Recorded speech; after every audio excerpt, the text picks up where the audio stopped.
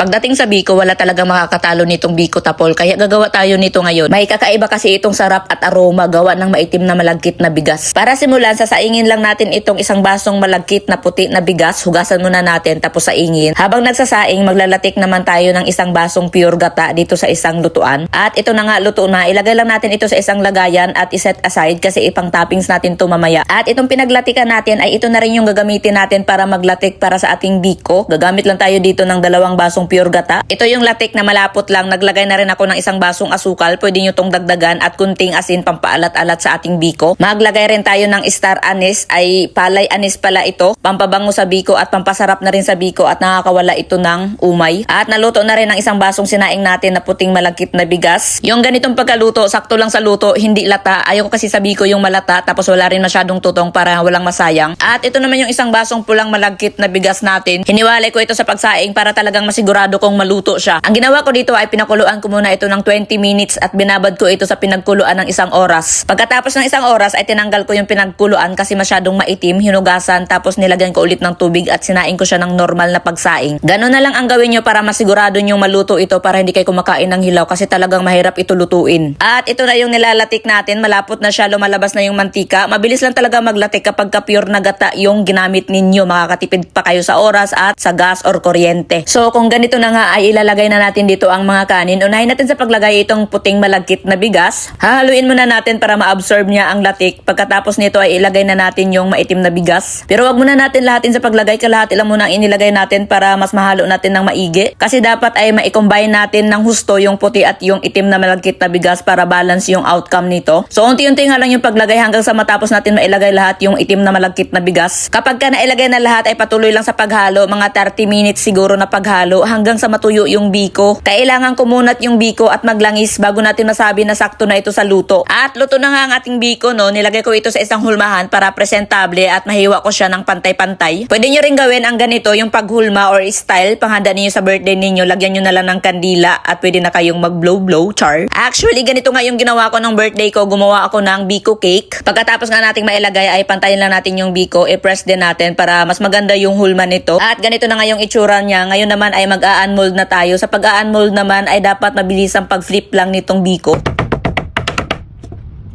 O, diba, ang bilis lang mag-unmold. Kapag kasakto talaga sa gata, hindi ka mahirapan mag-unmold kasi nga naglalangis-langis yung biko, hindi na siya dumidikit doon sa hulmahan natin. Ngayon ay ilalagay na natin yung toppings na latik sa top. Kunti lang muna yung ilagay natin kasi hiwain muna natin to tapos sa final na yung pinaka lahat para maganda siya tingnan. Sa paghihiwa naman, nasa inyo na kung ilang pirasong hiwa ang gusto ninyo. Sa akin naman ay 8 hiwa lang ito. 2 lang kaming kakain kaya taga-4 na hiwa kami. Charet. Pagkatapos ko nga maghiwa ay inilagay ko na lahat yung toppings na latik sa top para maganda talaga siya tingnan, oh. At ito na yung pinaka-final outcome natin, oh. Sobrang ganda ng biko, nakakaakit, nakakatakam talaga. At ang sakto lang ng pagkaluto niya talaga, hindi siya malata. As in, masarap. Hindi rin siya ganun katamis. As in, sakto lang talaga yung recipe natin. Dinhi na lang usa kutob si Biko Tapol, ha. Maraming salamat sa panunood. Bye-bye.